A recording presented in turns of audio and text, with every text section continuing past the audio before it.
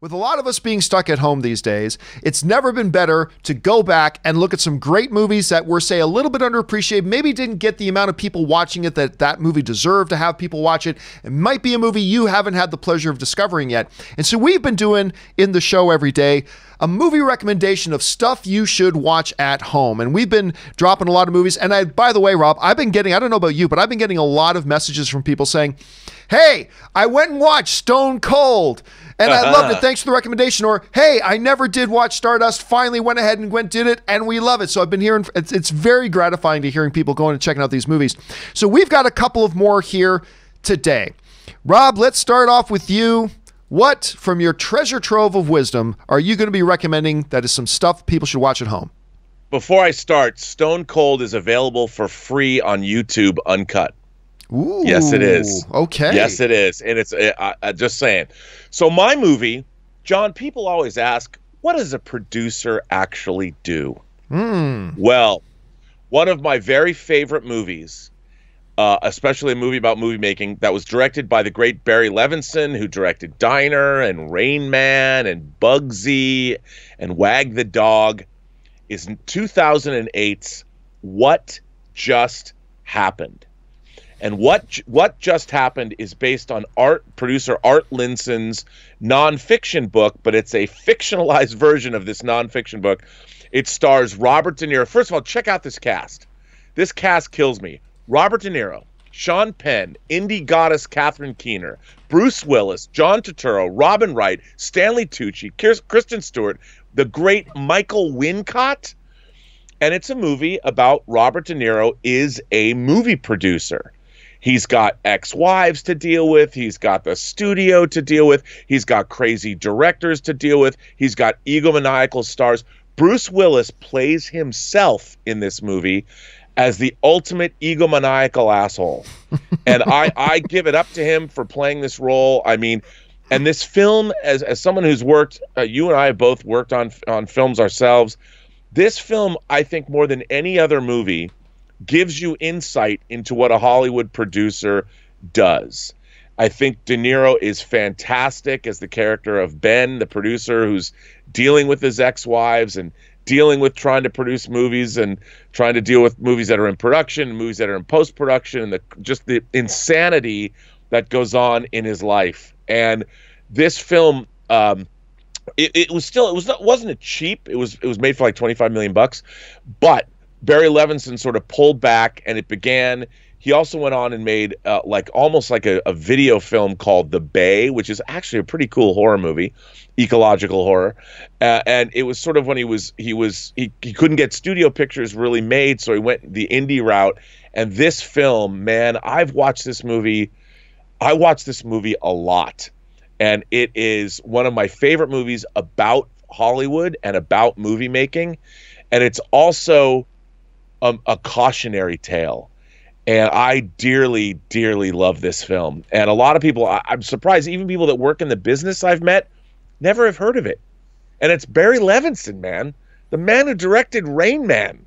There's a great scene. There's a great scene. I think it's like, I know, the one where Bruce Willis starts to lose his shit and they're in a big wardrobe room where there's all the wardrobe. That is like one of the great scenes and one of the best scenes, maybe the best acting that Bruce Willis has done in like 20 years. Yes. It was great. Yes.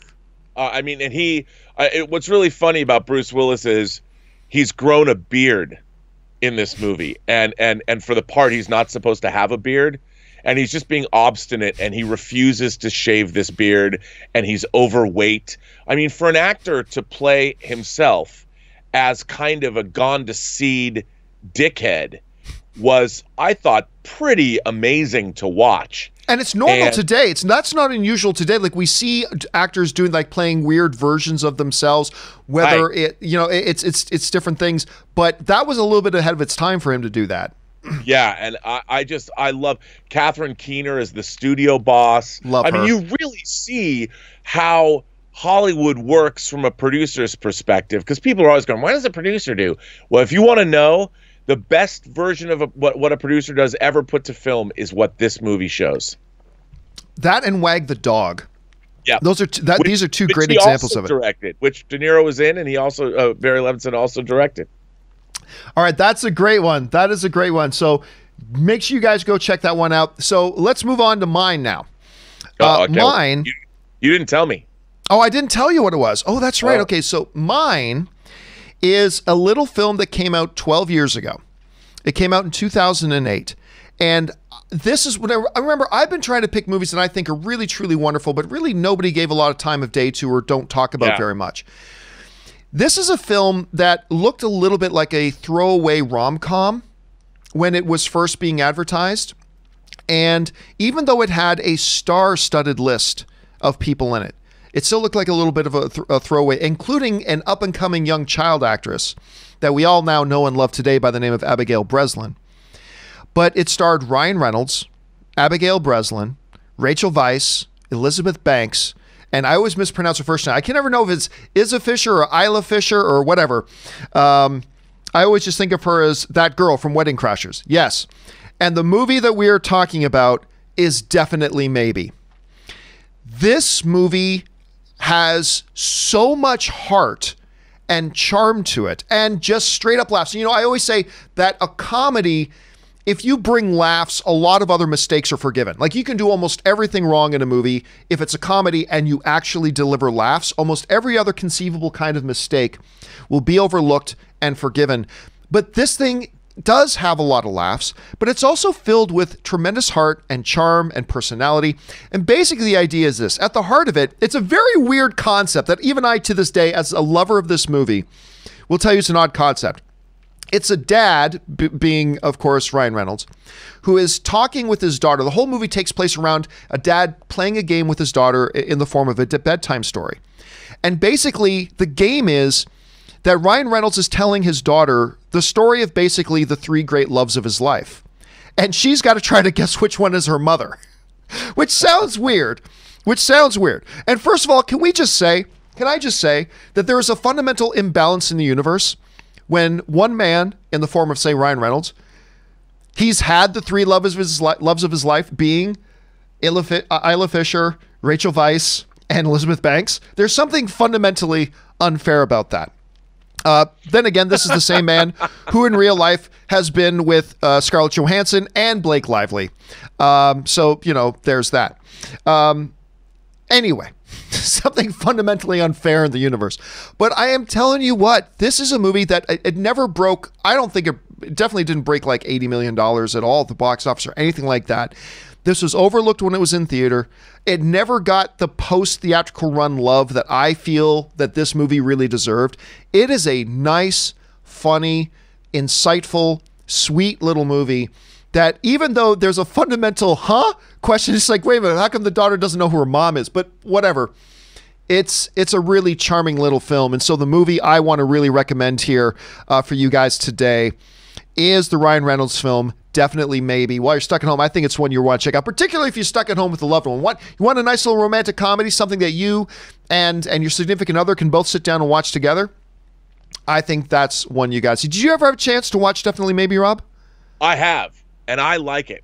Oh, I'm glad. You know, it was one of those movies that I actually caught up with on, I think when I jumped into it, I hadn't seen the whole thing. Like I came into it like 15 minutes into the movie, and it was one of those movies I just started because it really is charming, you know. And before Ryan Reynolds was Deadpool, he was Van Wilder to me. Yeah, you know, he and I loved Van Wilder, and so it was one of those movies that you start watching because the premise is absolutely charming.